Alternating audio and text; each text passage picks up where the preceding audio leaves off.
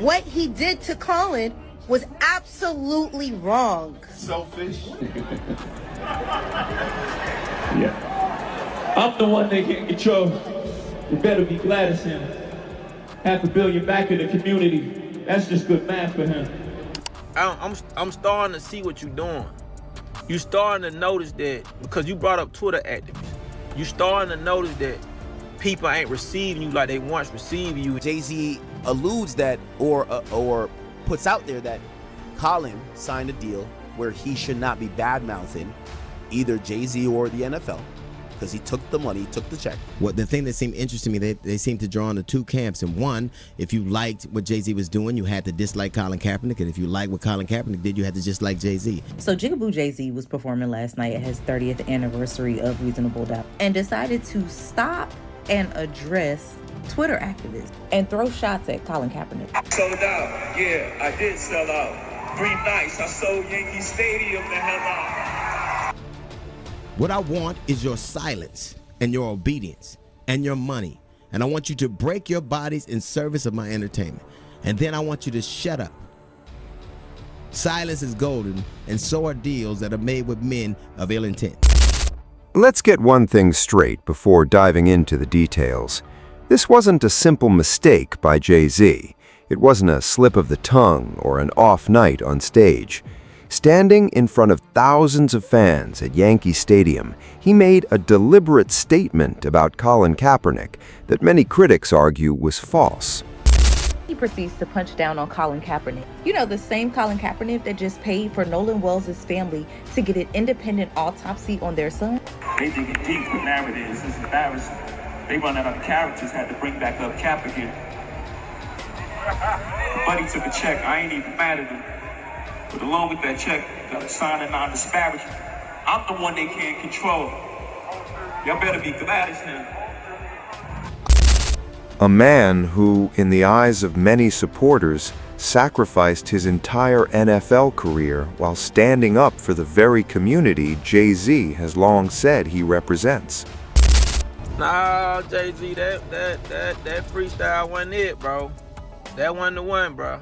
You starting to notice that people ain't receiving you like they once received you, and you can't pay radio programs and certain shit to manipulate the masses.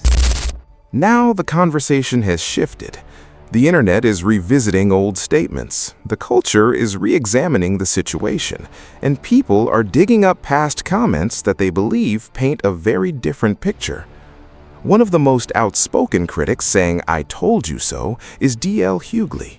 And before brushing that aside, it's worth remembering that Hughley voiced his concerns long before many others did. When Colin Kaepernick's dispute with the NFL first became a national story and Jay-Z stepped into a partnership with the league, Hughley made comments that sparked plenty of debate. He argued that Jay-Z was acting as a token black billionaire whose business interests aligned more closely with powerful institutions than with the black community, a criticism that generated significant discussion at the time. The people in power all the time. Many of them have had dinners and fundraisers for Donald Trump, have been in his presence. They have been in the mayor's presence. If they wanted to do something about what they saw as injustice, they could do it. They're with those people all the time. Silence is golden, and so are deals that are made with men of ill intent. Many people weren't ready to accept that criticism at the time. But according to this perspective, recent events have caused more people to revisit those earlier warnings. Critics argue that Jay-Z is no longer trying to balance both sides of the conversation, and that his current position has made his priorities much clearer. What makes the controversy even bigger for those critics is that they believe Jay-Z's comments went beyond Colin Kaepernick. In their view, his message also reflected on everyday people, those who choose to support black-owned businesses over large corporations, and those who make personal or financial sacrifices because of their principles rather than profit. During that same freestyle, Jay-Z also criticized what he saw as hypocrisy from people questioning the decisions he has made as a billionaire, a remark that sparked even more debate online. I'm a target. You ain't. Don't miss that target.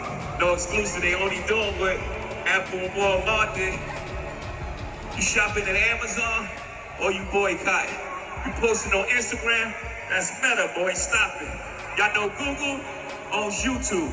You picking and choosing the politicking ass you. I find it quite interesting that someone who is a billionaire would feel the need to throw shots at the average consumer, the person living paycheck to paycheck, and comparing a corporate partnership with Target to everyday people ordering something off of Amazon. According to critics, Jay-Z wasn't just responding to criticism, he turned the spotlight back on the audience. They argue his message was essentially, "You don't have the right to question my decisions." To those critics, that doesn't sound like someone who still identifies with where they came from. Instead, they see it as the perspective of someone who has become disconnected from those roots. But before getting into that broader debate, let's focus on what he said about Colin Kaepernick, because that's where many believe the controversy really began. During the opening night of his Yankee Stadium residency, Jay-Z went off script and addressed his critics during a freestyle. Without being prompted, he brought up Colin Kaepernick by name and, in essence, suggested that Kaepernick accepted a financial settlement and that the agreement included a non-disparagement clause preventing him from publicly criticizing the league in the future. Standing before thousands of fans, Jay-Z's remarks were widely interpreted by critics as suggesting that Kaepernick accepted a payout and then chose to remain silent about the league. That interpretation quickly became one of the most talked about moments from the performance, with many questioning both the accuracy of the claim and why Kaepernick was brought into the discussion at all. Supposedly, the freestyle didn't exactly tell the truth, and it says Jay-Z is spitting fiction, not facts. So they're saying Jay-Z is lying. Yet again, when he claims Colin Kaepernick agreed to be silenced by the NFL, an allegation Jay dropped on live on stage at the Yankee Stadium, and one that's refuted by sources who are speaking with TMZ Sports. He said they run out of characters, had to bring up Cap again, but he took a check. I ain't even mad at him, but along with that check, you have to sign a non-disparagement. I'm the one they can't control. But sources with direct knowledge tell TMZ Sports the bigger issue is Jay-Z is wrong. The problem with that version of events, according to critics, is that they argue it doesn't match the available facts. People familiar with the NFL settlement have publicly stated that Colin Kaepernick did not sign a non-disparagement agreement or any clause preventing him from speaking negatively about the league. Critics point out that Kaepernick has continued to publicly discuss the NFL since the settlement, which they believe directly contradicts the idea that he was legally barred from doing so. They also point to Kaepernick's own public statements as evidence. In November 2020, he posted on social media about being denied an NFL opportunity for more than 1,300 days and openly criticized the league's handling of his situation. To critics, those comments make it difficult to support the claim that he was bound by a gag order. Based on that timeline, they argue Jay-Z presented a narrative that wasn't supported by the publicly available record. Critics also focus on the timing of the remarks. They note that Kaepernick hadn't publicly criticized Jay-Z in years. There was no ongoing feud, no exchange of insults, and no public back and forth between them. Instead, Kaepernick had recently been receiving positive attention for a different reason. Reports highlighted that he helped fund an independent autopsy and funeral expenses for Nolan Wells, an 18-year-old from Mississippi whose death raised questions within his family following the 4th of July weekend. According to those reports, Kaepernick stepped in to provide financial assistance when the family sought additional answers. At the same time, critics point out that Jay-Z did not publicly comment on the case. He made no public statement, announced no donation, and did not address the situation. As praise for Kaepernick's actions spread online, some commentators believe Jay-Z's decision to bring him up during the Yankee Stadium performance was more than a coincidence. From that perspective, they argue the freestyle was an attempt to undermine Kaepernick's credibility rather than simply respond to criticism. Critics further argue there was another reason the timing mattered. Around the same period, Jay-Z announced a partnership with Target, a company that had faced criticism and consumer boycotts from some groups over changes to its diversity, equity, and inclusion initiatives. That announcement sparked debate online, with some questioning whether Jay-Z's business decisions aligned with the social causes he has publicly supported in the past. According to those critics, his message to detractors came across as an indication that he wasn't concerned with calls for a boycott or with people challenging those decisions. Partnership during an organized boycott. And while it looks like Jay-Z was scanning social media for punchlines, I'm sure he saw someone somewhere write about the Montgomery bus boycott and how that didn't require everyone to withdraw from every single segregated institution before criticizing buses. The point was to concentrate pressure on a specific target. Then, according to critics, Jay-Z doubled down. During that same freestyle, he responded to the backlash by arguing that anyone using Amazon or posting on Instagram had no standing to criticize his business decisions. In their view, he attempted to shift the focus away from his own choices by suggesting everyone is compromised in some way. Rather than addressing the criticism directly, they believe he tried to spread the responsibility so broadly that no individual complaint would carry any weight. That argument didn't sit well with many people online. Critics say it exposed a much bigger issue. Their view is that when someone worth hundreds of millions of dollars responds to criticism by comparing their choices to those of ordinary people struggling to get by, it doesn't come across as a defense. It comes across as avoiding accountability. From that perspective, accountability doesn't work by pointing to everyone else's imperfections. Critics argue that Jay-Z made a series of deliberate business decisions, partnering with the NFL, announcing a deal with Target, and making comments about Colin Kaepernick during his Yankee Stadium performance. Those, they say, were intentional choices made by someone with enormous influence and resources, not by an average person trying to navigate everyday financial realities. Because of that distinction, many online rejected the comparison. They argued there's a clear difference between someone relying on companies like Amazon out of financial necessity and a billionaire voluntarily entering into major corporate partnerships during a period when some consumers were actively calling for boycotts. One situation is driven by limited options. The other, critics say, reflects a strategic business decision. That's why, according to this viewpoint, so many people pushed back. They saw Jay-Z's comparison as creating a false moral equivalence between everyday consumers and someone with immense wealth and influence. Critics argue that expecting ordinary people to meet the same standard while defending multi-million-pound business deals isn't a fair comparison. In their eyes, it wasn't accountability, it was an attempt to redirect the conversation. They also argue this isn't the first time Jay-Z has taken that approach. Looking back to his partnership with the NFL, critics point out that he famously suggested the conversation had moved beyond kneeling during the national anthem.